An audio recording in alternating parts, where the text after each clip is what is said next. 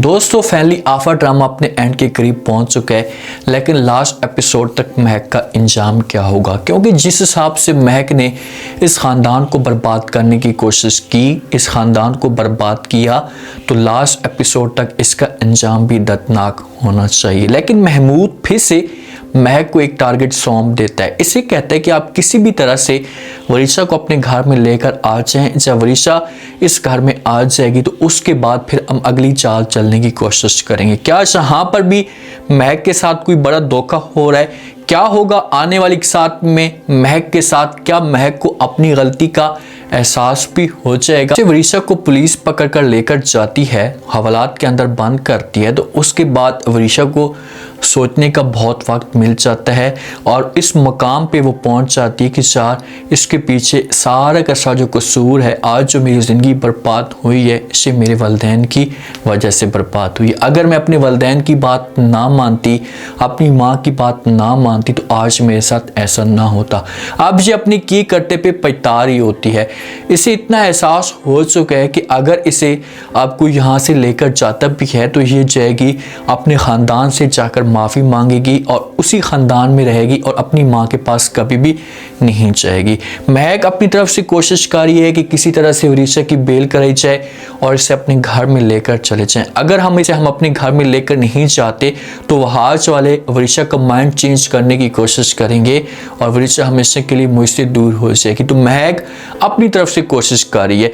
जब महक आती तो वहाँ पर वहाज और मुख्तियार भी आए होते हैं, तो पुलिस वाला सारी की सारी बातें जो होते हैं से इन लोगों को बता देते हैं कि भाई वरीशा की ये हरकतें थी और महमूद इस किस्म का इंसान है और ये ऐसे करता था और इसने सिर्फ और सिर्फ अपनी बेटी को इसी मकसद के लिए भेजा था। ये सब कुछ मुख्तियार के सामने खुलकर असलियत आ जाती है। वहाज को तो ये पता होता है, लेकिन मुख्तियार वहाज की बातों के ऊपर यकीन नहीं करता था। जब पुलिस के मुंह से मुख्तियार से बातें सुनता है तो फिर जाकर मुख्तियार को यकीन होता है कि हाँ, वहाज जो भी बातें कहता था वो ठीक कहता था।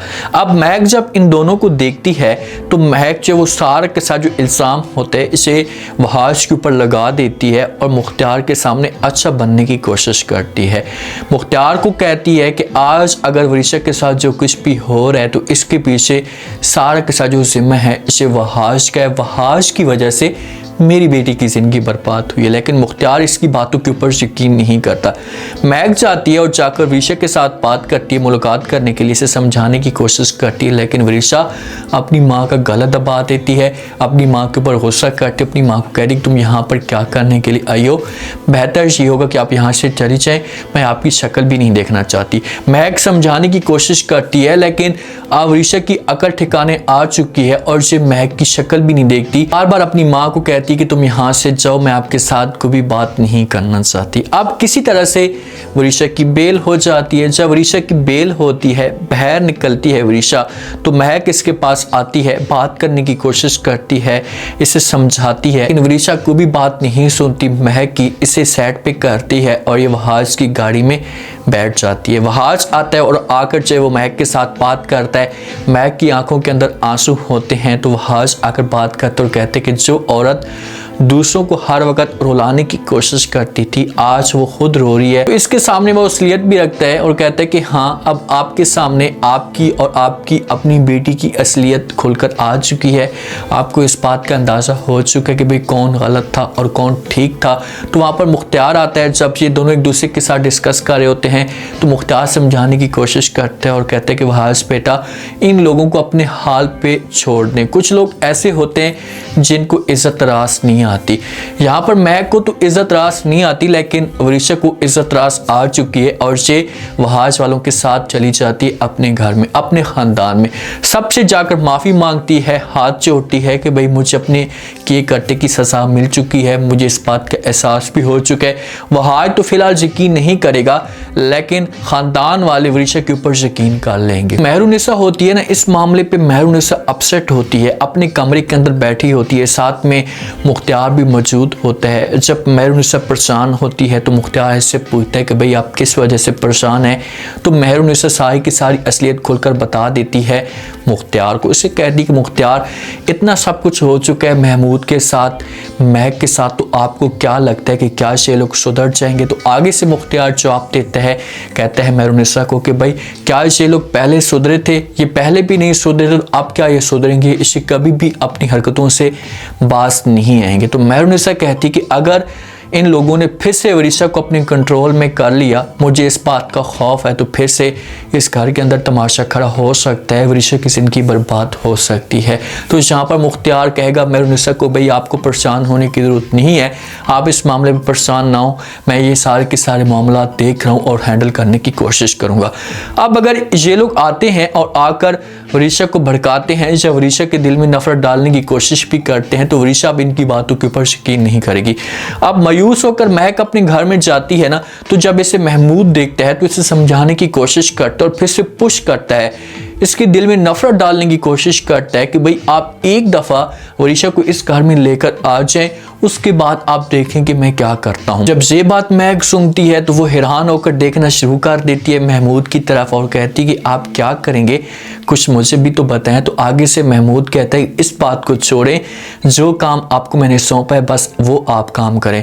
इतना बड़ा प्रोजेक्ट मैंने तैयार किया, इतना बड़ा मंसूबा मैंने तैयार किया और उससे मैं कैसे ऐसे गवा सकता हूँ, तो कभी भी मैं ऐसा नहीं होने दूंगा। अब ये जो बात कर होता है ये वरीशा की बात कर होता है कि भाई इसके ऊपर इतनी मैंने मेहनत की, इसका ब्रेन वॉश करने की कोशिश की, तो आज मैं कैसे इसे ऐसे हाल पे छोड़ सकता हूँ। महक अब जाती है, महक बात मान लेती है, हालांकि महक को इस मामले पे सोचना चाहिए यार महमूद किस वजह से ये सब कुछ करवाने की कोशिश कर रहा है या इसके पीछे रीज़न क्या है। जब इस तरह की महक बातें सोचेगी तो हो सकता है कि फिर महक के दिमाग के अंदर ये बात बैठ जाए, लेकिन अभी तो इसके दिमाग के अंदर भूसा भरा होता है और ये चली जाती है फिर उस ख़ानदान के अंदर जाती है और जाकर वरीशा को समझाने की कोशिश करती है और कहती है कि वरीशा आप मेरी बेटी हैं, आप ऐसा करें कि मेरे साथ चलें, मैं आपको लेने के लिए आई हूँ। तो आगे से वरीशा जो होती है इसे इनकार कर देती है अपनी माँ को कहती कि माँ जी आप यहाँ से जाएं, मैं आपकी शक्ल नहीं देखना चाहती, मैं आपके ख़ानदान में आपके पास कभी भी नहीं आ सकती। सब के सब जमा होते हैं और वरीशा वहाँ पर बोलती है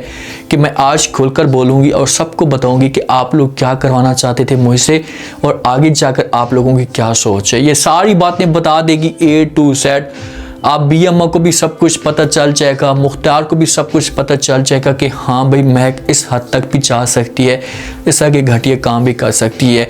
अब वरीशा को ये भी पता हो सकता है कि लग जाए कि भाई महक ने ही मेरे वालिद को खुद मारा था, महक ने सब कुछ करवाया था। अभी तक ख़ानदान को इस बात का नहीं पता कि भाई जो रज़ा की डेथ हुई थी ये महक की वजह से हुई थी महमूद के साथ मिलकर। जब इस बात का पता चलेगा तो फिर ये महक के साथ इतनी नफरत करेंगे कि अगर महक को अपनी गलती का एहसास भी होता है तो ये लोग यकीन नहीं करेंगे। अब महक के साथ क्या होगा, महक का इंजाम क्या होगा, इस टॉपिक पे डिस्कस करते हैं। महक का इंजाम जो लगाया जा रहा है, आगे का जो माहौल बनता जा रहा है, तो महमूद पहले इससे सारी जायदाद जब्त करने की कोशिश करेगा। 80% तो इसने जायदाद जब्त कर रही है, अब 20% अगर रहती भी है तो वो भी कोशिश कर रहा है। और उसके बाद जब ये सब कुछ अपने कंट्रोल में करेगा और महमूद को ये लगना शुरू हो जाएगा कि महक से मज़ीद मैं अपना काम, अपना मकसद नहीं निकाल सकता, जब महक मेरे काम की नहीं है तो फिर महक को ये अपना आईना दिखाना शुरू कर देगा। महक को फिर एक किक मारेगा और इस ख़ानदान के अंदर उस पुरानी जो इसकी बीवी है प्यारी उसे लेकर आ जाएगा। जब लेकर आएगा महक देखेगी, वो हैरान हो जाएगी, उसे समझ नहीं आएगी कि आखिरकार इतना बड़ा धोखा भी महमूद मेरे साथ कर सकता है। ये महमूद के ऊपर चिल्लाएगी, चीखेगी, लेकिन उस वक़्त महमूद सब कुछ अपने कंट्रोल में कर लेगा और महक को बोलेगा आप कुछ भी नहीं हो सकता। और देखना कि यही महक होगी इसे घासे धक्के देकर घसीट कर निकाला जाएगा। फिर इसके पास कोई ऑप्शन बचेगा नहीं, उस ख़ानदान में जाएगी, जाकर माफ़ी मांगने की कोशिश करेगी, लेकिन ख़ानदान वाले भी इसे माफ़ नहीं करेंगे और ऐसी मुश्किल में ये फंस जाएगी कि इसे फिर पुलिस पकड़ कर लेकर चली जाएगी और हमेशा के लिए इसे जेल हो जाएगी। जितना भी इस ड्रामे के अंदर जो नेगेटिव रोल किरदार अदा किया है इसे महक ने किया है, ख़ानदान को बर्बाद करने की कोशिश महक ने की है, तो लाजमी तौर पर महक को सज़ा तो मिलनी चाहिए। उम्मीद है आज का रिव्यू, आज के टीजर आप लोगों को पसंद आया होगा।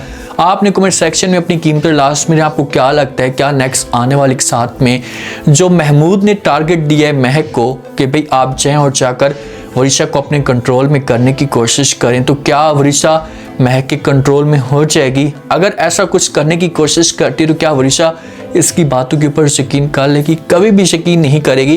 तो इसके पास दूसरा ऑप्शन क्या होगा? इसे कैसे यहाँ से वरिशा को निकालने की कोशिश करेंगे? क्या ये लोग वरिशा को किडनैप भी करवा सकते हैं, अगवा भी करवा सकते हैं? उसके बाद फिर महक के साथ क्या होगा? अपना फीडबैक लास्ट में दें।